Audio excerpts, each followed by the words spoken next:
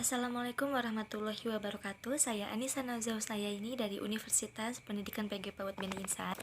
Di video ini aku akan membahas tentang pembelajaran pengelolaan PAUD di tengah pandemi corona. Tapi sebelum itu, aku mau bahas sedikit dulu tentang virus corona ini ya guys. Jadi sebelumnya kalau aku agak kayak kelihatan lagi baca-baca buku karena ya memang masih belajar. Jadi gak apa-apa ya, mohon maklum.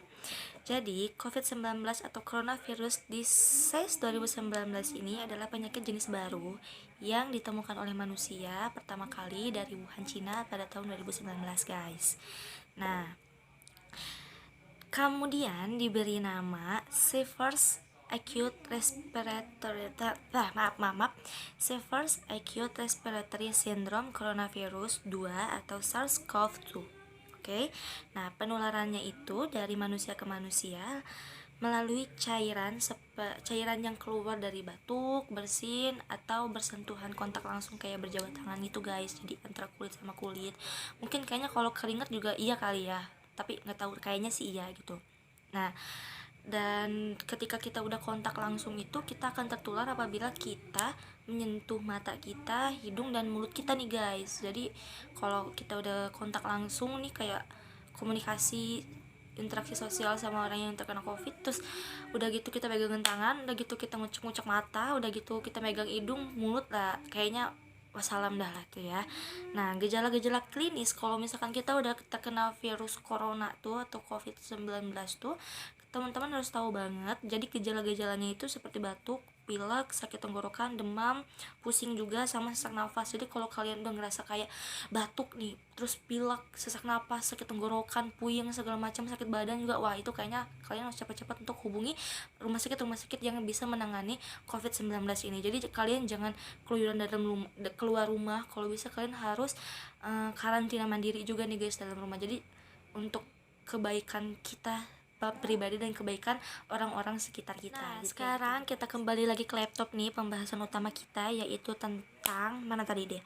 Pengelolaan pembelajaran PAUD di tengah pandemi corona ini. Jadi di sini aku lebih ke segi pendapatnya gitu ya guys, karena aku pribadi kan profesinya adalah seorang guru PAUD. Jadi aku akan berpendapat bagaimana pandangan aku tentang pengelolaan pembelajaran PAUD di tengah pandemi corona ini. Jadi menurut aku tentang belajar di rumah, diam di rumah aja gitu untuk anak-anak sekolah yang kerja atau kita semua pun, menurut aku itu cukup positif, apalagi untuk anak-anak sekolahan. Nah, apalagi untuk anak-anak nih, karena kan sesuai seperti informasi yang kita tahu kalau corona itu rentan memasuki umur-umur yang sudah lansia, dan mungkin menurut aku anak-anak juga rentan ya, karena kan daya tahan tubuh anak-anak juga nggak seperti orang-orang yang daya tahan tubuhnya seumuran aku nih yang udah memasuki 20 tahun, yang udah kuat lah gitu daya tahan tubuhnya. Anak kecil kan juga masih rentan.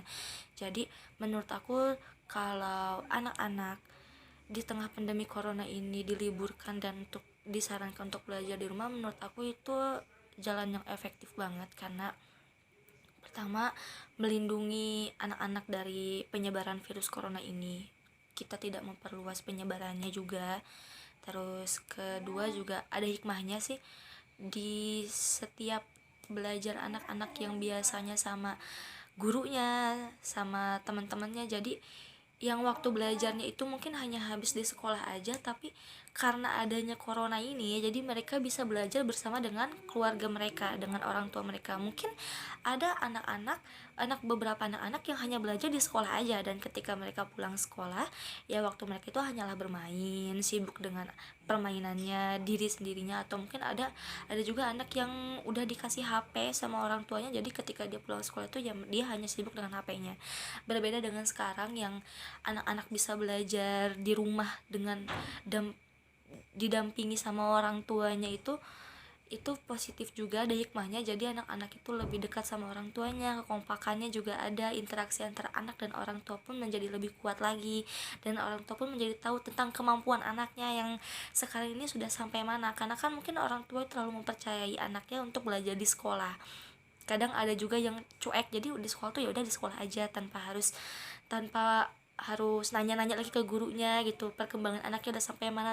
Dan dengan adanya di rumah aja, sekolah di rumah aja ini, jadi orang tua tuh udah jadi tahu perkembangan anaknya itu udah sampai mana. Oh, ternyata anak aku tuh udah bisa baca, ternyata anak aku tuh udah bisa berhitung, udah tahu angka-angka, udah bisa menyusun kata-kata, dan kemampuannya itu seperti mewarnai atau menyanyi segala macam tuh jadi kelihatan, jadi ketahuan gitu orang tua tuh. Jadi mereka tuh lebih teralihkan lagi perhatiannya yang tadinya hanya ke pekerjaan rumah, kantor, jadi memperhatikan anaknya dan mengetahui perkembangan anaknya. Menurut aku sih, pendapat aku ya seperti itu ya. Dan selain untuk mengetahui perkembangan anaknya juga, terus mempererat hubungan antara anak dan orang tua, dan setelah itu juga memperkecil penyebaran virus COVID ini.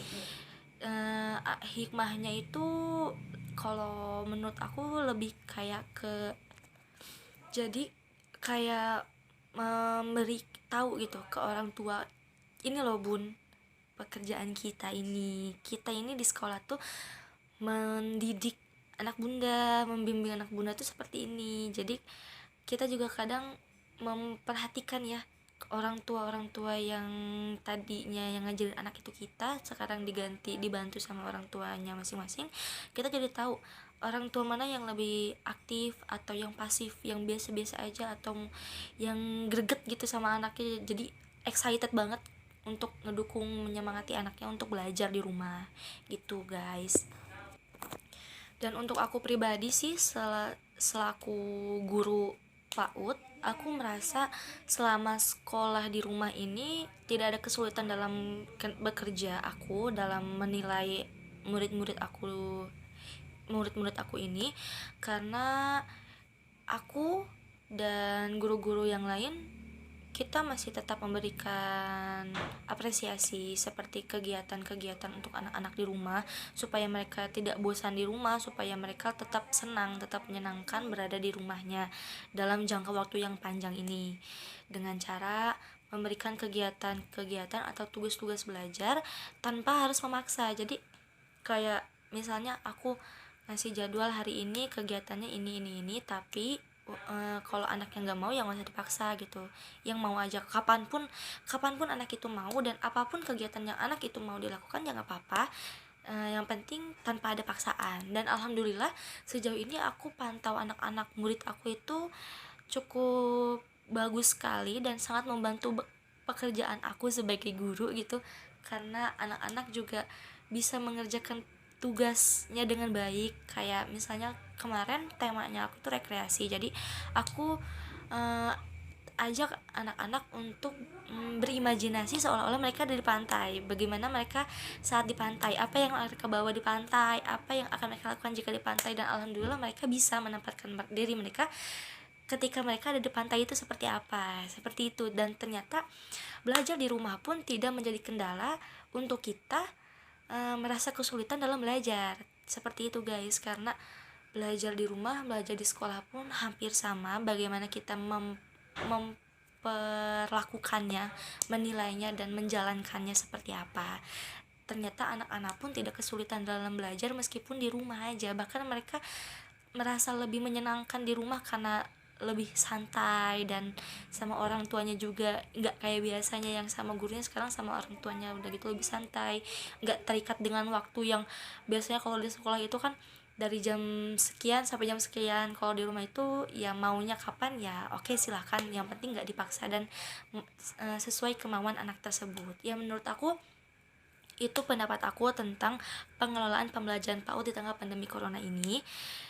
Lebih ke positifnya, karena aku merasanya emang lebih ke positifnya sih daripada kalau kita memaksakan untuk tetap sekolah, karena kita juga nggak mengambil resiko ya kan guys. Kalau gimana kalau misalkan hal yang tidak kita inginkan terjadi, kita juga menjaga untuk diri kita sendiri dan untuk orang lain.